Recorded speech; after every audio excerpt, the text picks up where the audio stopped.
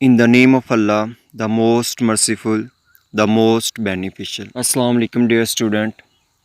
Today is our lecture number 3. Lecture number 3 is consist of Sir Syed Ahmad Khan and Ideology of Pakistan. So इस lecture में हम ideology of Pakistan को sir Syed Ahmad Khan के perspective से point of view से पढ़ेंगे कि सर सैयद अहमद खान के आइडियोलॉजी ऑफ पाकिस्तान के बारे में क्या राय थी, किस तरह उन्होंने टू नेशन थ्योरी दी, किस तरह उन्होंने मुसलमानों के लिए नेशन का वर्ड यूज़ किया और एक अलहदा वतन की तरफ राग़िब किया।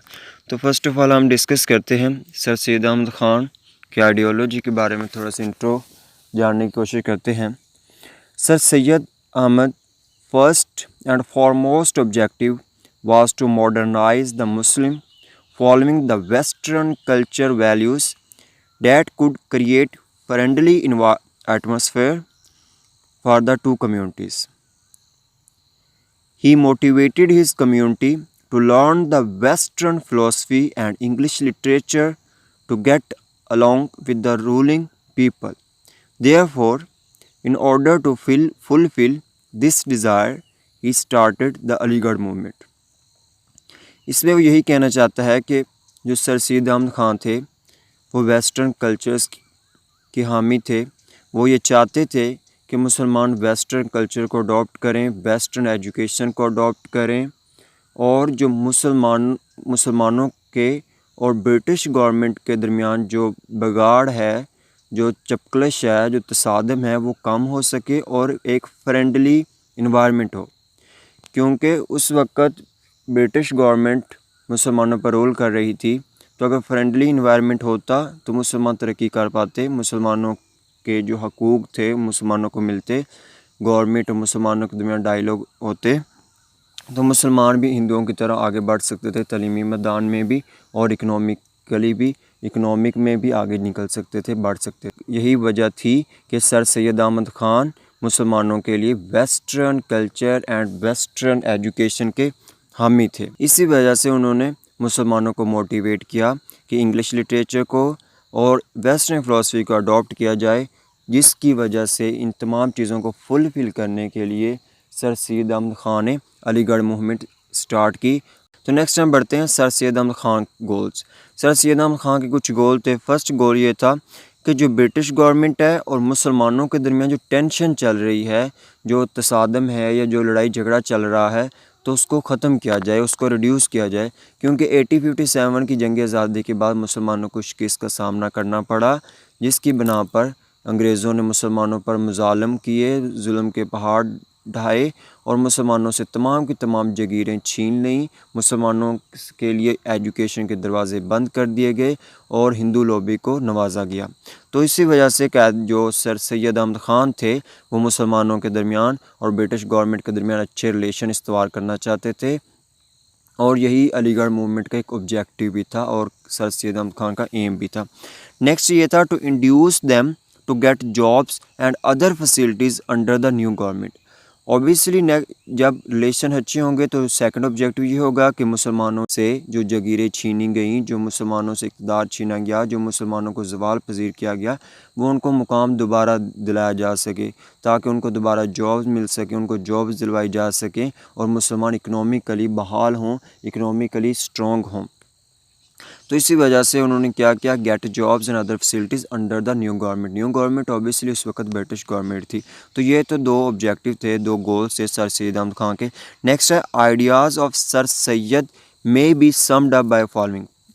आइडियाज़ क्या थे, वो भी सिंपल बात आगे रिपीट हो रही है। फर्स्ट है to create an atmosphere of mutual understanding between the British government and the Muslims. ये बात एज इट रिपीट हुई है।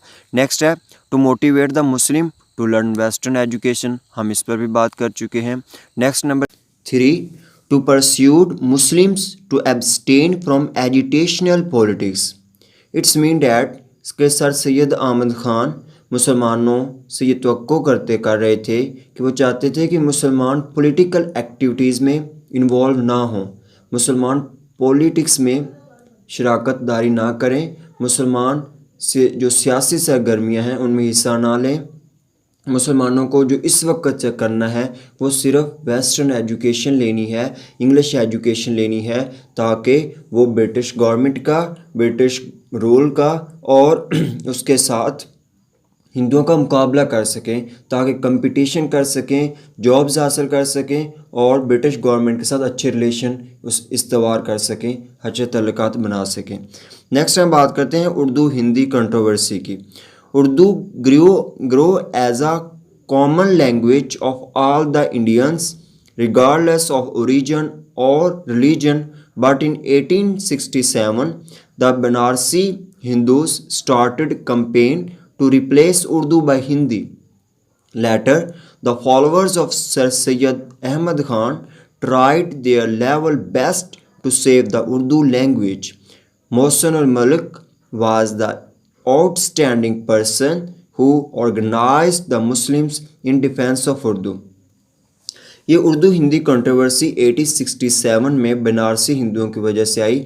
1867 से पहले जो सब कॉन्टिनेंट की ऑफिशियल लैंग्वेज थी वो उर्दू थी, क्योंकि उससे पहले मुसलमान रूल करते थे, मुसलमान हुकूमत करते थे, तो मुसलमानों ने जो ऑफिशियल लैंग्वेज स्टार्ट की हुई थी वो उर्दू थी।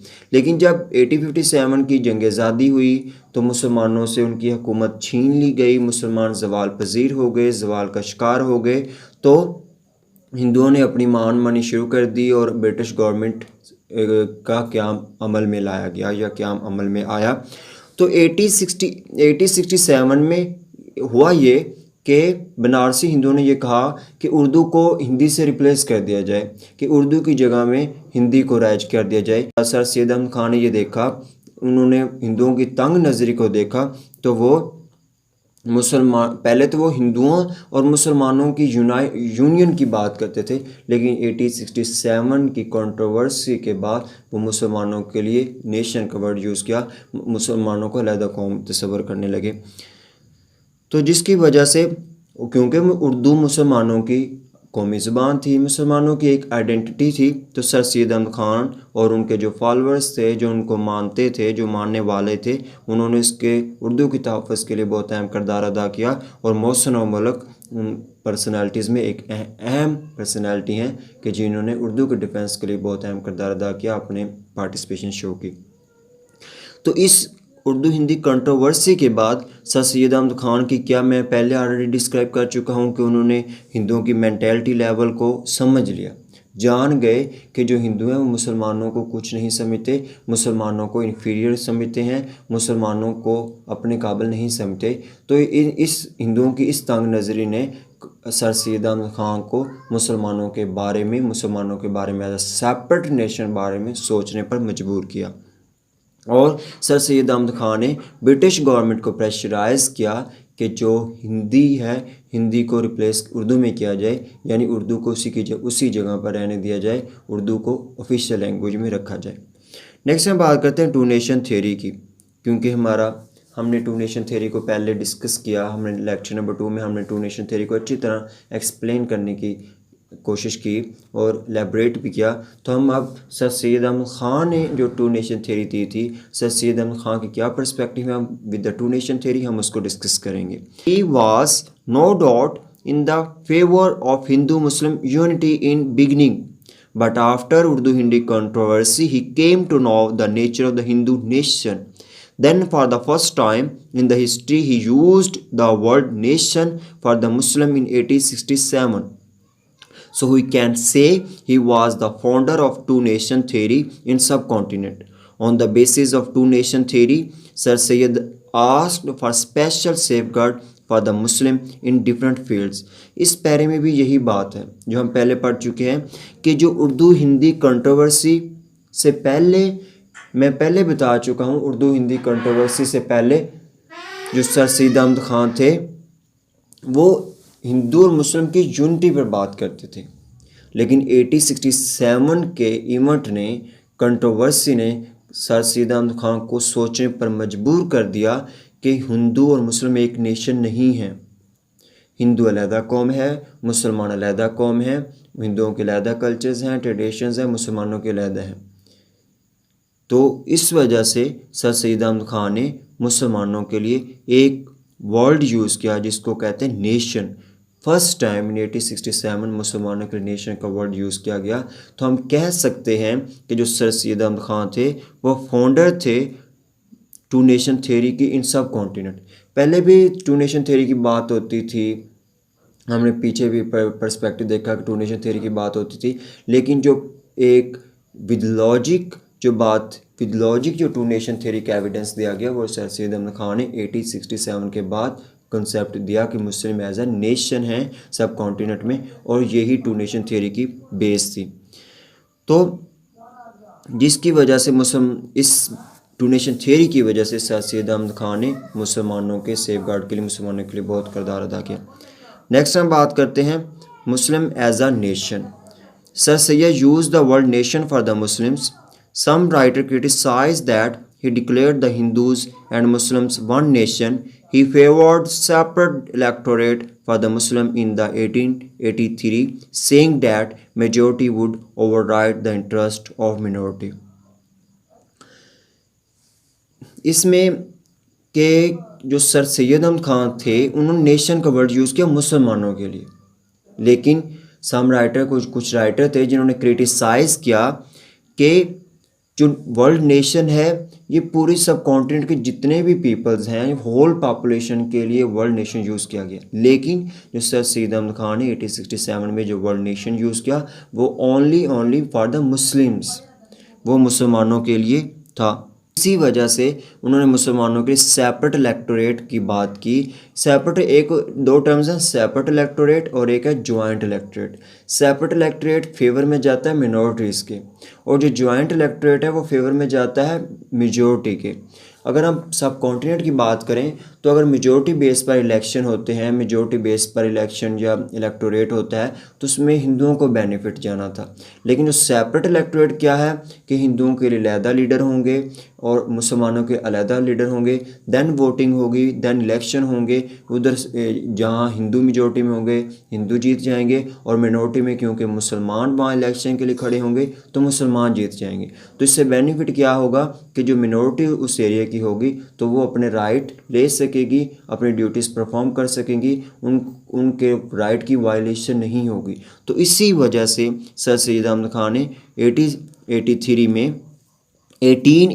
में सेपरेट इलेक्टोरेट की डिमांड की, जो कि मुसलमानों के लिए बेहद लाजमी थी। अगर मेजॉरिटी बेस पर या जॉइंट इलेक्टोरेट पर बात की जाती तो उससे क्या होना था, मुसलमानों को ओवरराइड होना था, मुसलमानों को के जो हकूक़ थे, बेसिक प्रिंसिपल थे, बेसिक रिक्वायरमेंट थी वो नहीं मिलनी थी। नेक्स्ट हम बात करते हैं 1888 he set up the patriotic association to meet the propaganda of Congress. Muslims and Hindu joined the association. It educate the Muslims emotions. 1888 में सर सैयद अहमद ख़ान ने पैट्रियोटिक एसोसिएशन बनाई। उससे चंद साल पहले कांग्रेस मार्ज़ वजूद में आई जिसका फाउंडर एक अंग्रेज़ था। तो उस कांग्रेस का मोटिव तो ये था कि उसने जो सब कॉन्टिनेंट के पीपल्स थे उनके लिए वो बनाई गई थी। लेकिन हुआ ये कि वो कांग्रेस बाद में मुसलमानों के अगेंस्ट हो गई और हिंदुओं को फेवर करने लगी। तो उसकी बिना पर सर सैयद अहमद ख़ान ने उसके अल्टरनेट में एक पैट्रियोटिक एसोसिएशन बनाई जिसको मुसलमानों और हिंदुओं ने दोनों ने मिलकर ज्वाइन किया, और जो कांग्रेस के मोटिव के अगेंस्ट गए। कांग्रेस का मोटिव क्योंकि मुस्लिम इमोशंस के अगेंस्ट था, मुस्लिम इमोशंस को फुलफिल, मुस्लिम इमोशंस की कदर नहीं कर रहा था, तो इस वजह से उन्होंने पैट्रियोटिक एसोसिएशन बनाई। नेक्स्ट है in December 1893 sir Syed founded the association. Its main purpose was to protect the political, religious and social right of Muslims. Start में तो जो सर सैयद अहमद ख़ान थे वो मुसलमानों के पॉलिटिशियंस, मुसलमानों की पॉलिटिकल एक्टिविटीज़ के हामी नहीं थे, लेकिन बाद में हिंदुओं की तंग नज़री की वजह से सर सैयद अहमद ख़ान सर सैयद अहमद ख़ान ने पॉलिटिकल एक्टिविटीज़ स्टार्ट कर दी। सर सैयद अहमद ख़ान ने मुसलमानों के लिए पॉलिटिशियंस के दरवाजे खोल दिए। तो उन पॉलिटिकल को, रिलीजियस को और सोशल राइट के डिफेंस के लिए सर सैयद अहमद ख़ान ने क्या किया, एसोसिएशन क्रिएट की, एसोसिएशन को फाउंड किया, एसोसिएशन की बुनियाद रखी इन 1893। नेक्स्ट हम कंक्लूजन की जानब बढ़ते हैं। The services of sir Syed was highly applaudable, therefore he is recognised as one of the founders of Pakistan. Maulvi Abdul हक appreciated the role played by Sir Sayyid and said, the first stone of foundation of Pakistan was laid down by this old man। इसमें यह है कि जो sir Syed Ahmad Khan की जो services थी वो बहुत एक्स्ट्रा ऑर्डिनरी थी। सर सैयद अहमद ख़ान वो पहले पर्सन थे जिन्होंने टू नेशन थ्योरी की बुनियाद रखी, जिनको फाउंडर कहा जाता है। तरीके अलीगढ़ की जिन्होंने फाउंडेशन की मुसलमानों के लिए, जो वेस्टर्न कल्चर्स के, वेस्टर्न सिविलाइजेशन के तर्ज पर स्कूल बनाए, कॉलेजेस बनाए। उनकी वफ़ात के बाद यूनिवर्सिटी बनी मुसलमानों की फलाह बहबूद के लिए, मुसलमानों के सोशल राइट्स के लिए, मुसलमानों की पॉलिटिकल एक्टिविटीज़ के लिए काम किया। तो he was such a nice person for the Muslims. He dedicated himself for the welfare for the separate homeland of Muslims। तो इसी बिना पर मौलवी अब्दुल हक उन्होंने क्या, इनको अप्रिशिएट किया कि पाकिस्तान की बुनियादों में फ़र्स्ट जो स्टोन था, जो फर्स्ट ईंट थी, वो सर सैयद अहमद ख़ान थे, जिन्होंने बुनियाद रखी, कौम को जगाया, कौम को तालीम प्रोवाइड की, मुसलमानों को उनके राइट्स दिए, ब्रिटिश के साथ डायलॉग किए, मुसलमानों को उनका मुकाम वापस दिलाने के लिए, मुसलमानों को जॉब्स वापस दिलाने के लिए उन्होंने काम किया। तो ये तो थी सर सैयद अहमद ख़ान की आइडियोलॉजी। हमने आज के लेक्चर में पढ़ा आइडियोलॉजी और सर सैयद अहमद ख़ान का इंट्रो देखा, फिर सर सैयद अहमद ख़ान के गोल पढ़े, गोल पढ़ने के बाद उनके जो आइडियाज़ थे उनको सम अप किया। फिर हम उर्दू हिंदी कंट्रोवर्सी की जाने बढ़ गए। उर्दू हिंदी कंट्रोवर्सी पढ़ने के बाद, अंडरस्टैंड करने के बाद टू नेशन थ्योरी को एलेबोरेट किया। फिर Muslim as a nations and conclusion की जाने बढ़े। तो ये था आज का हमारा लेक्चर्स। तो उम्मीद है कि आपने इस लेक्चर को बहुत ही अच्छे तरीके से अंडरस्टैंड किया होगा, एंजॉय किया होगा। अगर आपको फिर भी कोई समझ ना आए तो आप विदाउट एनी हेजिटेशन आप पूछ सकते हैं, और आपको नोट्स प्रोवाइड कर दिए जाएंगे जिसमें काफ़ी कम्प्रिहेंसिव वे में लिखा हुआ है। अगर आप अपने अंडरस्टैंडिंग को, इस टॉपिक को, पर्टिकुलर टॉपिक को ज़्यादा बेहतर तरीके से कॉन्सेप्ट बिल्ड करना चाहते हैं तो आपको नोट्स दिए जाएंगे। Thank you so much. अपना बहुत सा ख्याल रखिएगा, हंसते रहिएगा, मुस्कुराते रहिएगा। अल्लाह हाफिज़।